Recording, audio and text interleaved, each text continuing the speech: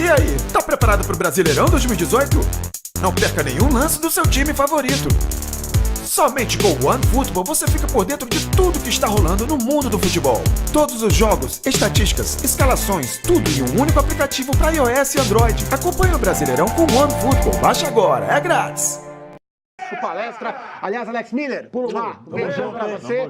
Abraço forte, grande Alex Miller, titularíssimo da cadeira. Precisa voltar logo, viu, Alex? Ontem, tá fazendo o Palmeiras falta, viu? conquistou a sua primeira vitória no Campeonato Brasileiro. Na quarta, aliás, hoje à noite, o Palmeiras já viaja para Buenos Aires, pega o Boca na quarta, na Bomboneira, pela Copa Libertadores, no começo do retorno. E ontem, no Pacaembu, venceu o Internacional por 1-0. Aí eu pergunto, como diria o saudoso Marcelo Rezende, venceu e convenceu? Frase que o Mauro Betti consagrou no jornalismo. Não convenceu, não fez uma boa partida e foi ajudado pela arbitragem. Mas o que você tá com esse copo aí? Porque o juiz saiu do copo do Palmeiras. O Palmeiras, já fala da arbitragem, fala do gol, foi uma jogada muito bonita. Esse é um Palmeiras que pode fazer jogadas muito bonitas, como o do gol do Lucas Lima, a única jogada boa do Lucas Lima. Única mesmo.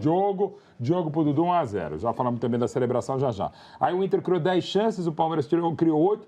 Mesmo assim, não foi tecnicamente um grande jogo. Meu Deus do céu. É um time do Palmeiras como esse que perde esse gol do Borja. Meu Deus do céu, que é isso? Tem um lance no segundo tempo que ele, ali, mais ou menos nesse momento ali, ele chuta a bola para a lateral. Teve um lateral do Marcos Rocha no meu campo, vai pela linha de fundo. Enfim, o Palmeiras pode jogar bem bonito. Tem um ou outro lance, como é o lance do gol.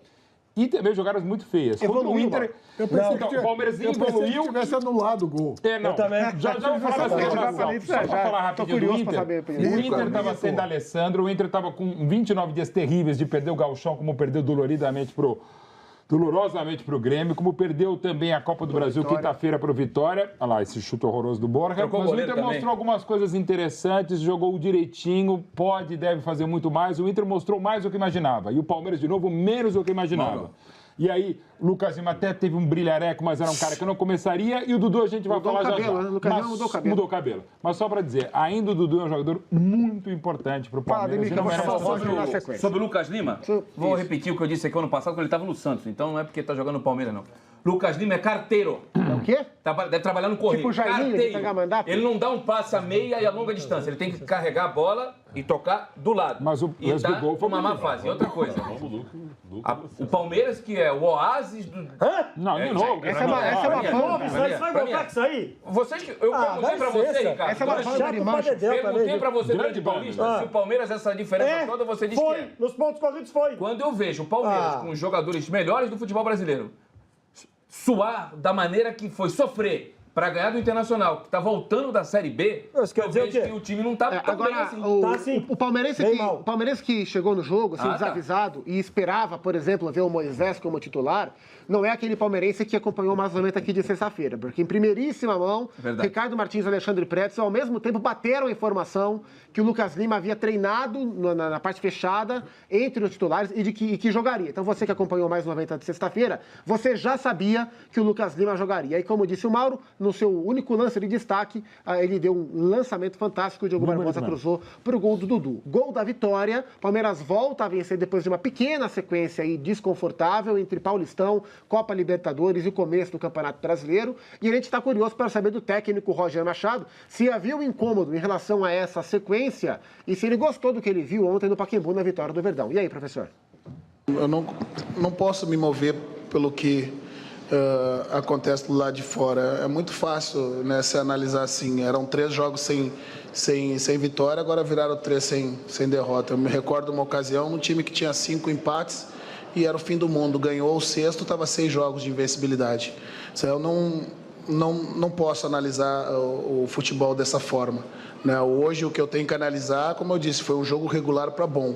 E aí eu tenho que analisar o porquê do regular para bom e não ter considerado um jogo bom ou um jogo ótimo. Né? Mas contextualizando por esse momento externo que coloca pressão internamente, a gente pode ficar por vezes uns primeiros 10 minutos com um pouco mais de ansiedade, um final de jogo um pouco mais pressionado, né? Porque essas questões acabam entrando, mesmo que a gente tente blindar o vestiário, acaba de uma certa forma influenciando nas coisas que acontecem dentro de campo. Em 2004, o Joel Santana, que nos assiste, que já esteve no ar com o André Henrique, o Joel Santana treinou o Internacional. E aí ele vinha para a entrevista coletiva, a entrevista dele a gente apelidava do seguinte, lá no Sul, o mundo encantado de Joel Santana. Porque tudo que o Joel dizia na entrevista não tinha nada a ver com o que tinha acontecido no jogo. Essa que é a realidade. E o Roger Machado, com meu grande respeito a você, de ter convivido anos contigo, né? Tá começando a virar um pouquinho disso aí, viu? Você acha? Eu não quero chegar no mundo encantado. É o encantador de porquinhos, Alexandre Pretzel. Ele encanta o torcedor com as palavras bonitas. O time dele não joga nada, Pretzel. Ele falou que o jogo foi de razoável pra bom. Foi, sim. Razoável pra ruim. Razoável pra ruim. Foi bom, razoável pra ruim, porque o Palmeiras... O Palmeiras me parece hoje, eu não sei se vocês concordam, o Palmeiras me parece... tem o melhor elenco, eu acho que tem sim. Tem. Tem um time muito bom, na minha opinião, muito bom. Que ainda não é, mas que não tem potencial para ser. Tem potencial para ser. Tem potencial. Mas assim, ó, que me parece, viu, que os caras, como é que eu posso dizer? Eles, não é que eles estão meio entregues, mas eles estão meio assim, acomodados. Sabe? Tá faltando alguma coisa no Palmeiras, viu? Tá faltando alguma coisa. E não é desse ano, né? Não, porque ano passado era a mesma coisa. Não, mas mais esse ano... ou menos isso também. Viu? Tá faltando um choque. Um choque, viu? Não é um cara, Ademir, que chute a porta do vestiário, aquele treinador que, rotulados, né? O cara que incendeia vestiário. Eu conheço, viu? Viu que ameaça bater, não é isso. Também, mas tá faltando alguma coisa no Palmeiras. Posso fazer um meia-culpa aqui? Deve, vários. Eu quase... A culpa inteira. Não é inteira, exato. Eu assisti 3 jogos do Palmeiras no estádio. Não, minto, 2. Os 2 jogos contra o Santos, que quando foi a semifinal no Pacaembu, que era mando do Palmeiras, eu não assisti. Assisti pela TV. O primeiro, eu fiquei com a sensação, e disse aqui no Mais 90, que o Palmeiras começou agredindo, jogando muito, e puxou o break de mão, e eu achava que aquilo era proposital. No jogo das semifinais contra o Santos... foi espetacular. Foi do mesmo jeito também. Acelerou e puxou. Eu tô vendo que eu acho que eu tô errado, que não é algo proposital. Não, isso aconteceu. O Palmeiras não tem conseguido manter uma constante, uma regularidade jogando bem. O Palmeiras acha que vai fazer o gol que ele quer, Mauro. Não é Ontem assim foram os piores 10 minutos do Palmeiras e uns ótimos 10 minutos do time do Daí. E aí as críticas, elas acontecem, né? E aí a gente pode avaliar se são exageradas ou se são tranquilas até demais, mas elas acontecem.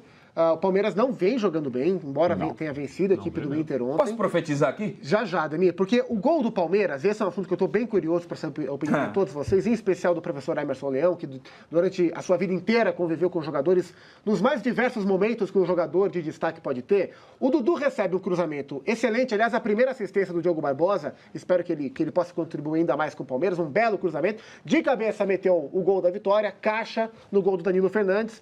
E ao invés de comemorar, o Dudu opta pelo silêncio. Claro que depois do jogo os microfones foram todos em cima do capitão do Palmeiras e ele explicou: Dudu, por que é que você não comemorou o gol marcado ontem no Pacaembu? Fala aí.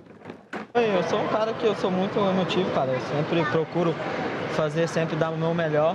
Às vezes as pessoas não reconhecem. Às vezes quando você empata 2 jogos, você não presta, você não vale nada. Eu acho que não quis comemorar por causa disso. Se a gente tiver nos próximos jogos um mau resultado, a gente vai voltar a não valer nada. E todo mundo está sujeito a críticas, né? Agora já ofender a gente fica um pouco chateado.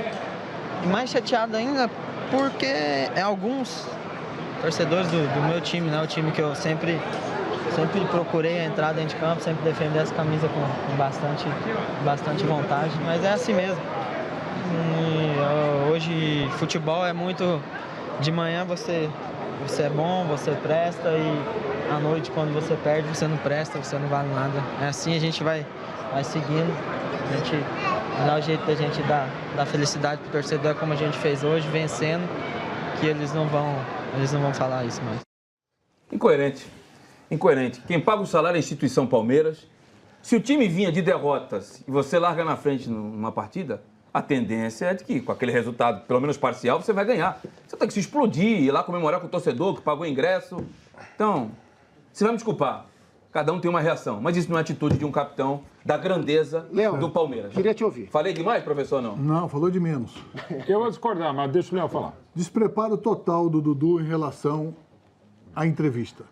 Acho que ele poderia ser um pouco melhor instruído na hora ou não ir a uma entrevista. Já que vai com consciência. Segunda coisa, percepção dele dentro do campo, maravilhosa, viu, Dudu? Você percebeu que o lance poderia ser seu, aumentou a velocidade, esticou o pescoço, mesmo não tendo girafa na cabeça, mas esticou o pescoço, conseguiu raspar, fez um excelente gol. Tinha que aproveitar aquele momento e trazer o seu time todo, a sua torcida toda, junto com você, para conseguir logo o segundo. Você fez exatamente o contrário. Você murchou. E não recordo, eu tô perplexo contigo nas suas reações, porque você fez uma outra reação de pedir para tirar o time do campo. Verdade, contra o Corinthians. Então, aí foi lamentável. São duas coisas lamentáveis que você fez numa torcida maravilhosa. Como capitão de time. Que enche aquele estádio maravilhoso, que eu ainda não conheço, mas sei que é maravilhoso. Então, quero dizer para você, Dudu, como o grande palmeirense ao meu lado sempre falou, você faz falta no time. Mas presta atenção, a sua personalidade está decrescendo a sua capacidade. Não faça mais isso, não. Não precise pedir desculpa, mas preste toda essa sua desculpa dentro do campo, que aí você vai prosperar, que aí você vai merecer. Agora, crítica. Poxa, a gente vive de crítica e vive de elogio. Precisa aprender a ser um profissional de futebol e não só um profissional ou um jogador de bola. Muito bom, muito bom.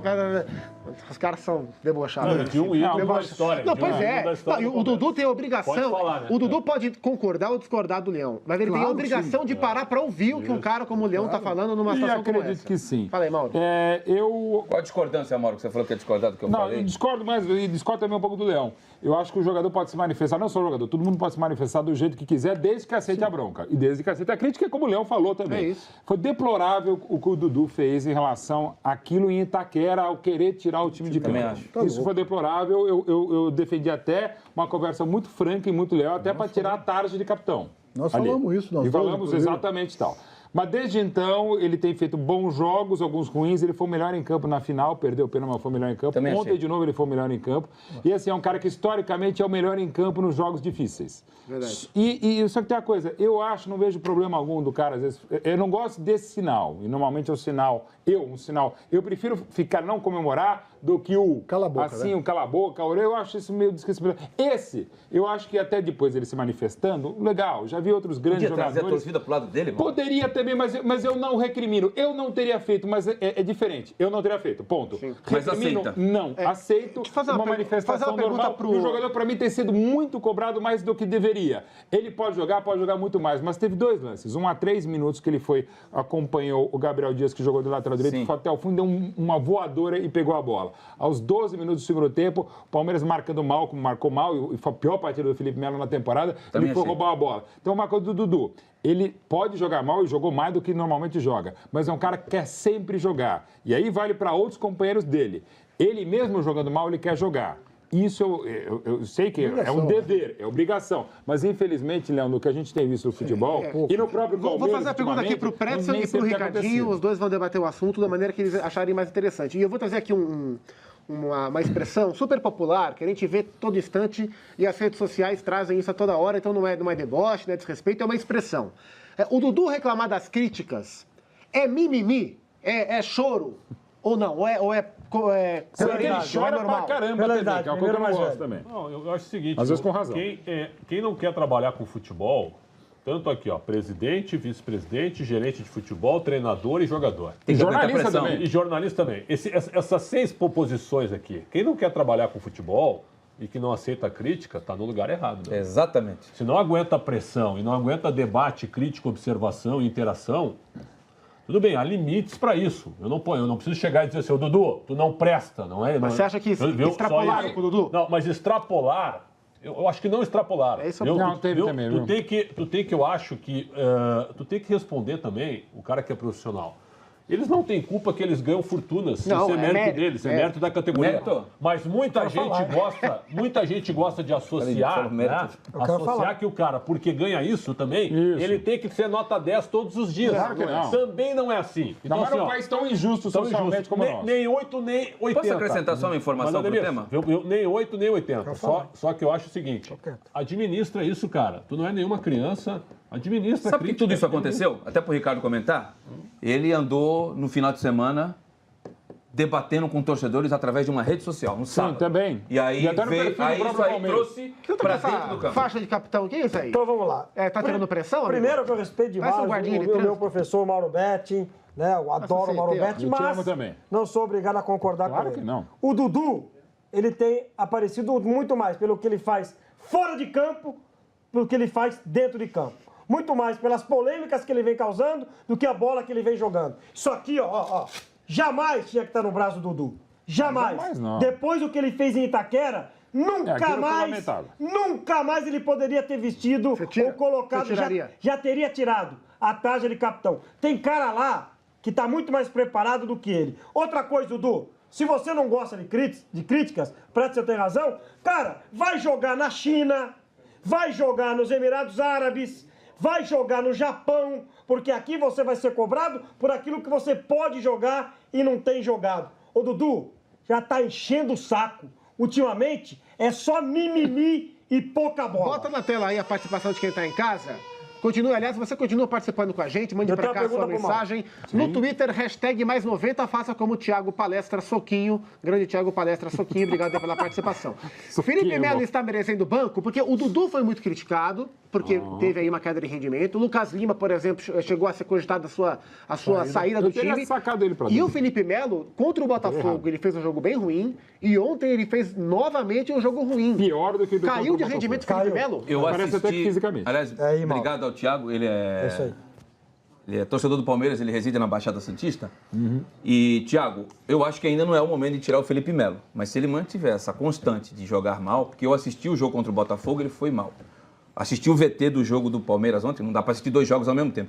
Tem como companheiro nosso aí que diz que assiste 5, 6. Só eu não assisto um horário e depois assisto o VT. Assisti o VT hoje em casa de Palmeiras Internacional. Foi a pior partida que eu vi do Felipe Melo. Se ele mantiver ano passado, inclusive. Se ele mantiver essa constante, ele tem que sair. Por enquanto, eu acho que ainda não. O Mauro matou a pau.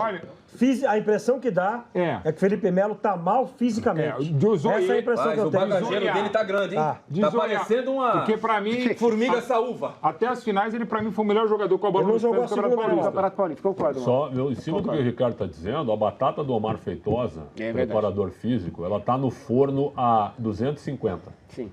250. Esse cara é bom, viu? Não, ele é muito bom, mas tem esse tipo de Palmeiras tá caindo muito. Existe uma corneta interna que o time tá caindo demais no segundo tempo. Deixa eu te perguntar, ele veio com essa comissão técnica, ele já estava no Palmeiras? Já estava. Ele veio com o Cuca. Veio com o Cuca. Então, já havia trabalhado antes e já havia trabalhado, inclusive, como executivo do Palmeiras. O Bruno Honor era o diretor, ele era gerente. Faz tempo que ele tá lá. Olha, o Omar Feitosa, ao que me consta, o Omar Feitosa é um preparador físico muito bom. Competente. Muito bom. Então é o seguinte, se o time está caindo, aí é com vocês, são especialistas. Alguma coisa tem que ser, porque o Felipe Melo, o Ricardo tem razão.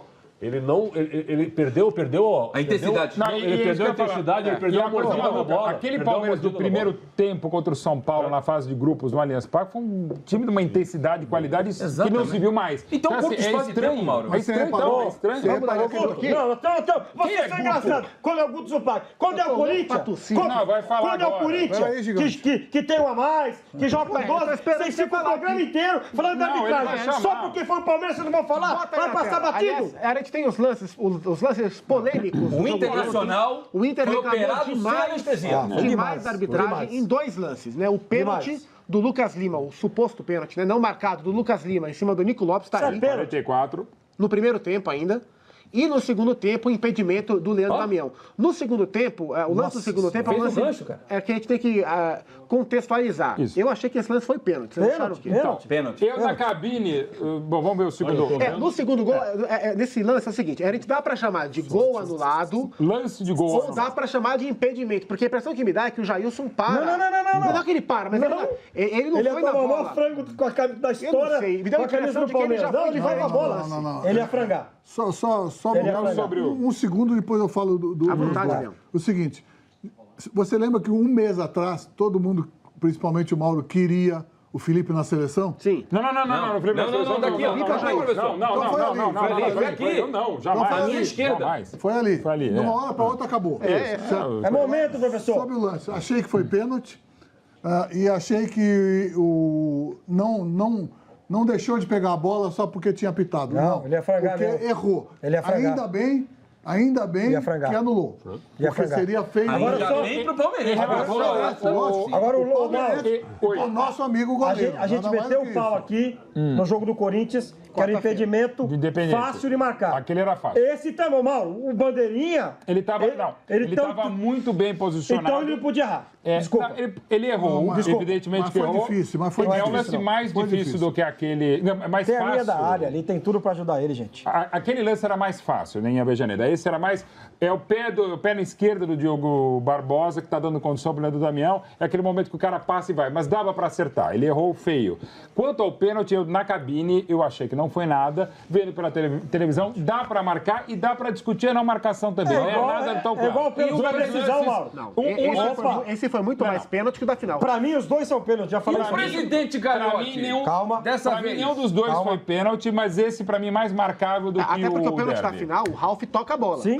Esse não tem esse eu acho mais forçado, mas enfim, dá para marcar. Agora você vai falar do presidente Galhote, só de novo para reiterar rapidinho. Não vai falar do brasileiro? São erros de...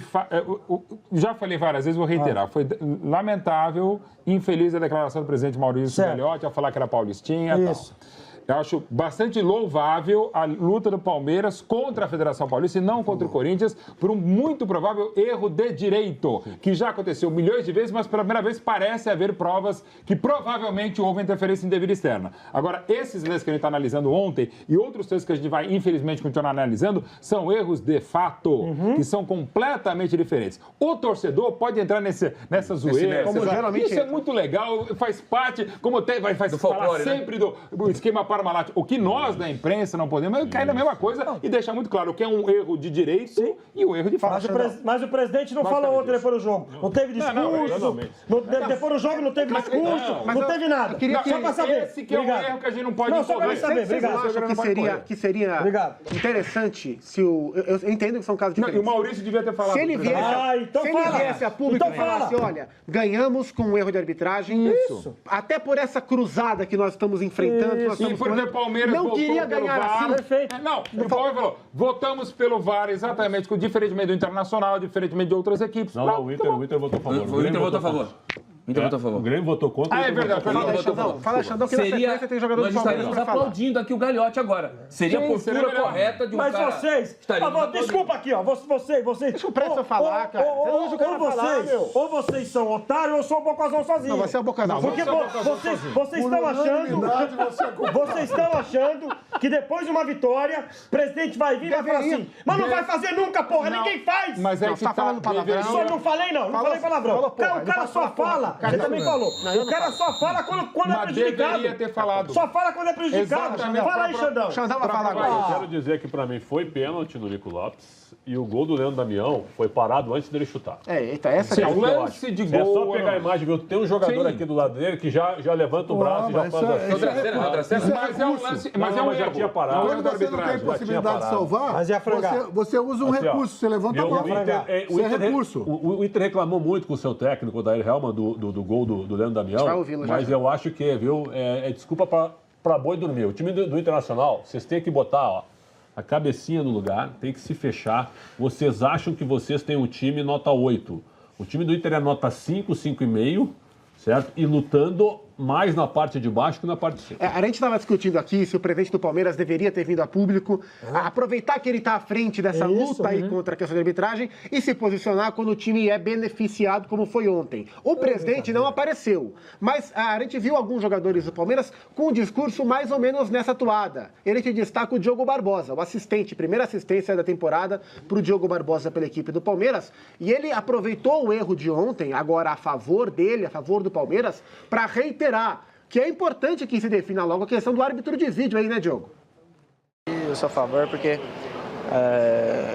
assim como houve erro contra nós, né, vai haver erro também a nosso favor, então acho que para parar com essa sucessão de erros, eu acho que um árbitro de vídeo seria importante, né? Mas acho que é muito difícil aqui, né? Acho que tem muita burocracia, acho que é difícil implantar isso aqui no Brasil, então eu acho que os árbitros, os bandeirinhas, acho que tem que se preparar bem, se preparar melhor, porque acho que um erro desse pode, como é que você falou, pode interferir no resultado, né? Foi uma jogada rápida, né? Eu não cheguei a ver esse lance ainda, não sabia não estava impedida, mas o juiz não deu, né? O juiz comete erros, né? Cometeram erros contra nós, cometeram agora a nosso favor, como você disse. E o importante é que a gente conseguiu esses 3 pontos.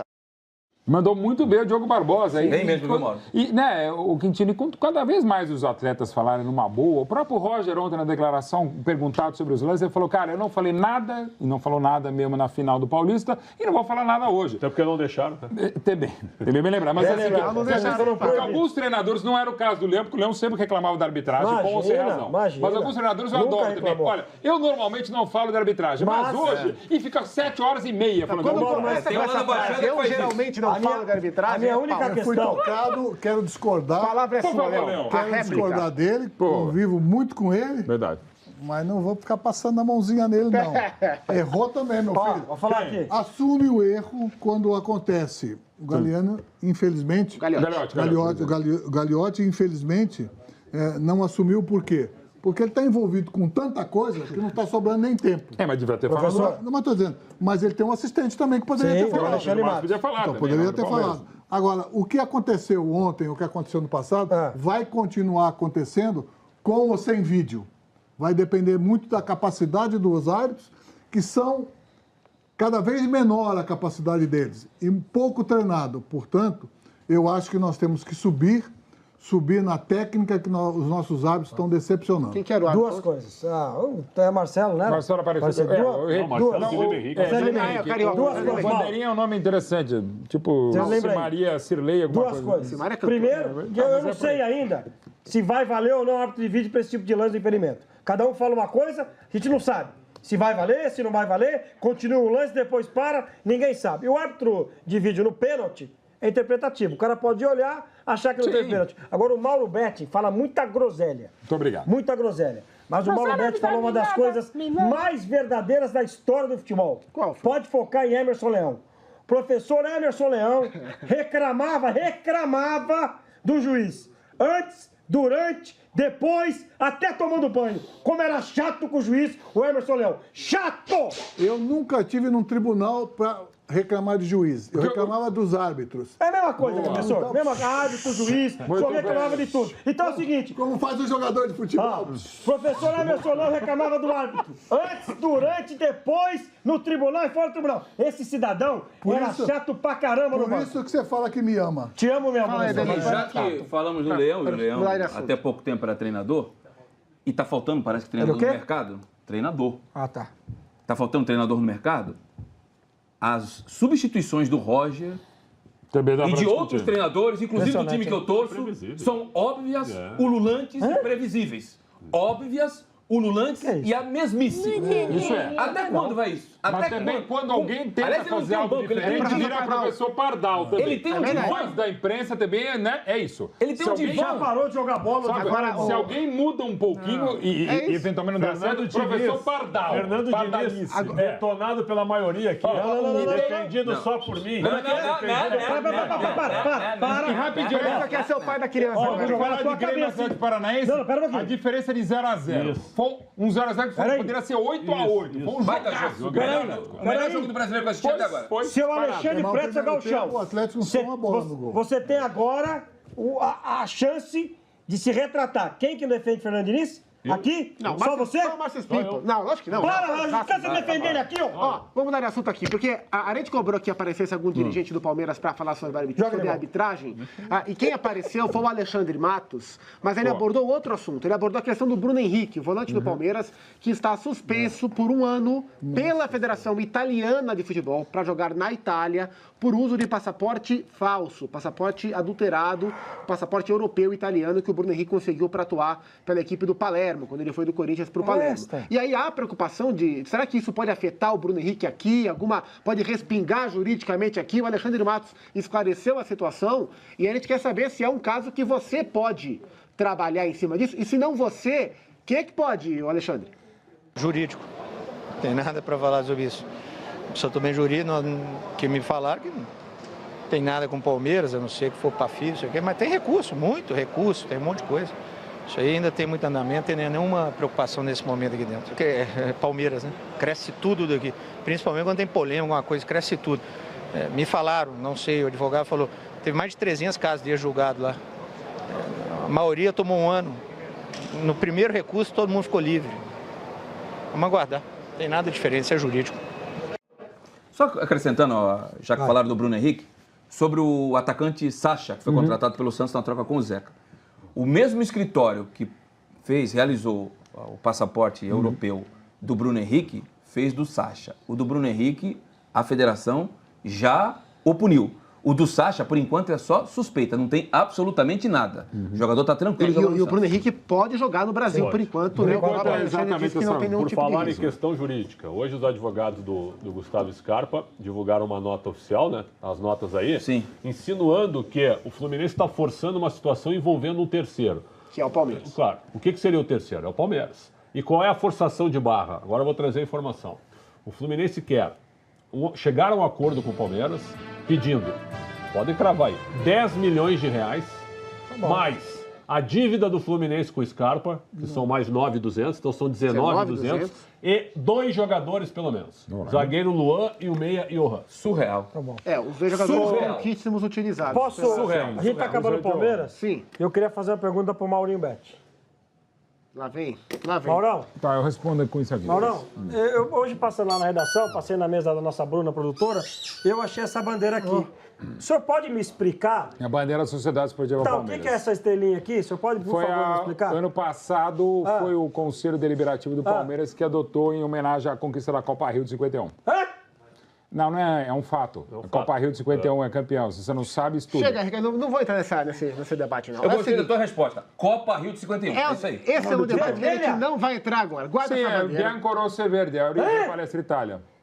Guarda essa bandeira. Eu quero lembrar a todo mundo que está ligado no Mais 90 que hoje é um dia muito especial aqui do Esporte Interativo. Hoje teremos a fase semifinal, a penúltima etapa de um programa que está ganhando o Brasil, uma repercussão enorme.